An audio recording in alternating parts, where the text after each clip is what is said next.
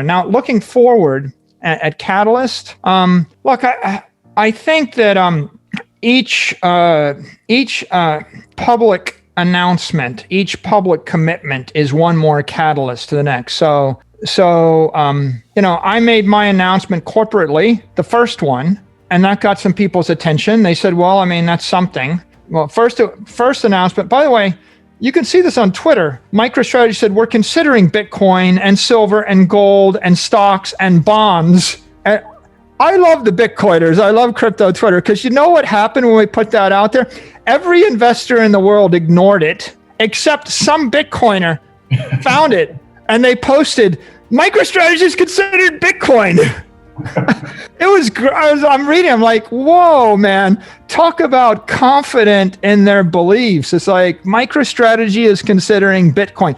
They pulled that out and they started blasting that. That was news. A week later, we announced we bought 250 million. That was another news. A month later, but then it was like, oh, MicroStrategy's got an investment. Is it, is it a speculation? Whatever.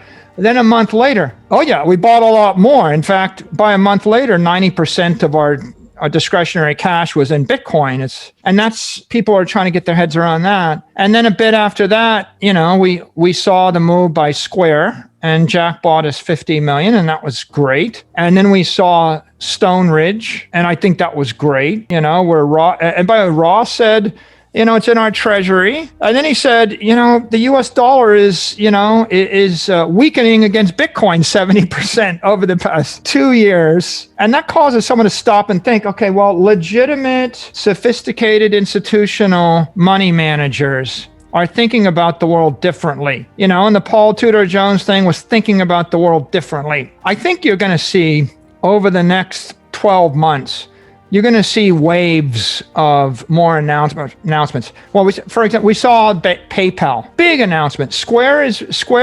30 million person mobile bank. PayPal is 300 million user mobile bank. I think as you see tech companies build Bitcoin into their offering, those are catalysts, massive catalysts.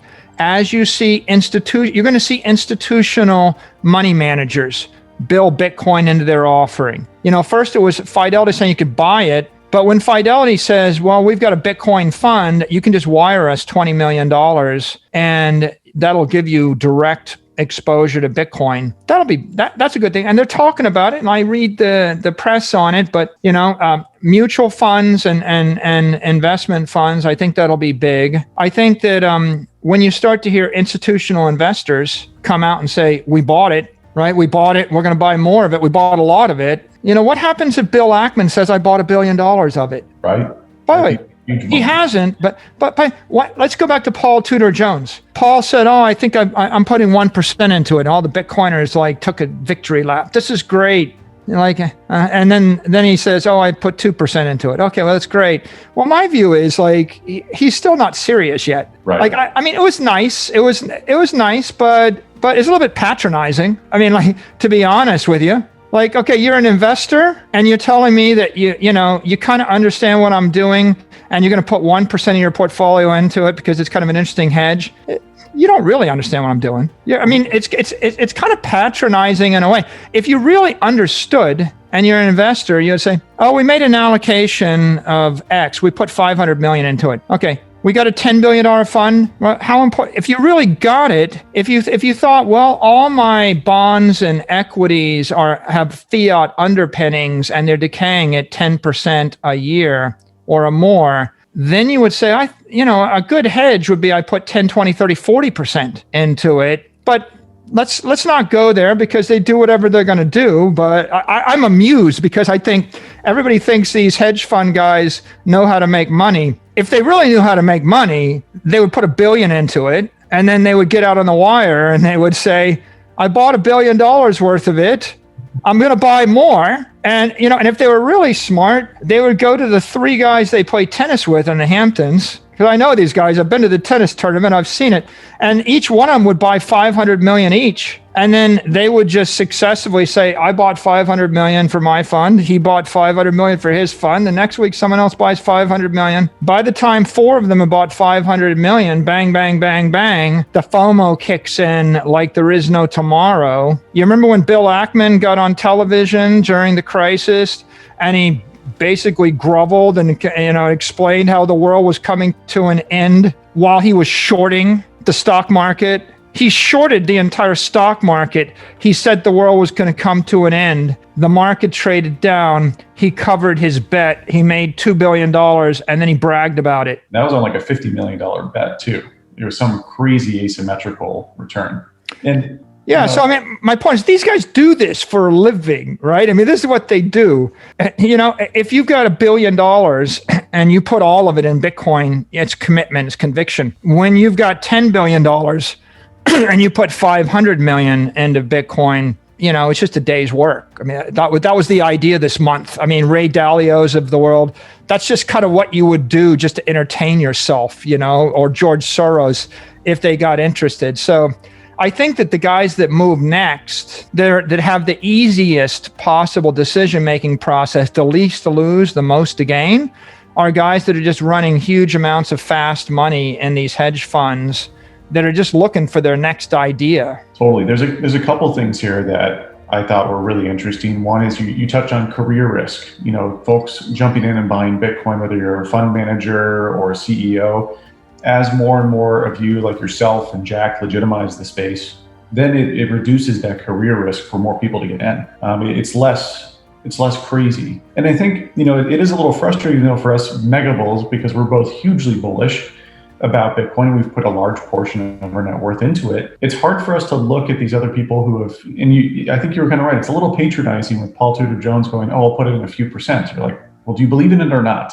Because if you understood the value prop, you'd be all in. It's an ignorant statement, Dan. Yeah. to say I'm a great financial investor. I'm a master of the universe. I understand macroeconomics and investment, and I'm therefore allocating 1%.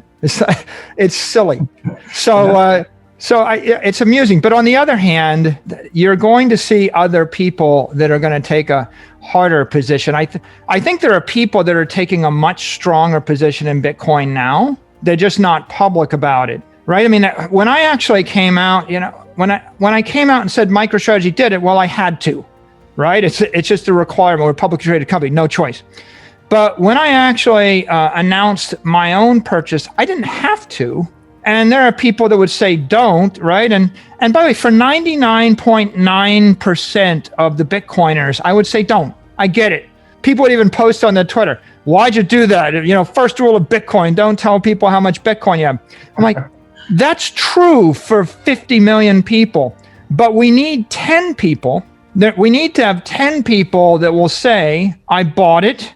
I'm not ashamed of it. I'm going to buy more. And you can too. In fact, not only can you probably should. You might want to get some in case it catches on.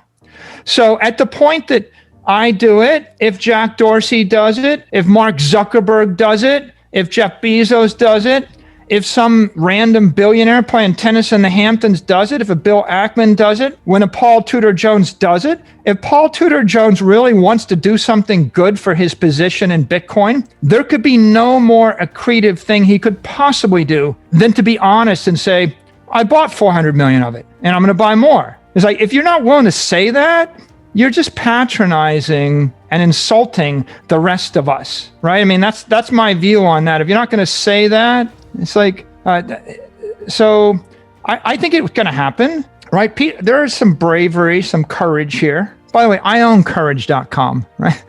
I don't think I'm going to path it to Bitcoin, although I could, but there's a difference between buying $250 million worth of Facebook and buying $250 million worth of Apple and buying $250 million worth of sovereign debt or gold. These things are traditional, conventional asset classes that everybody understands. If you were to stand up and say, oh, I bought $250 million worth of Facebook, that's somewhere between vain, and flashy and arrogant or whatever. But when you're birthing an asset class, when you're actually legitimizing a brand new idea that 99% of the world doesn't understand and they are either ignorant of or afraid of, at that point, it's important that people with conviction stand up and they say, nothing to be ashamed of. I did it. I'm proud I did it. I'm going to buy more. It wasn't a hedge. It's not a speculation.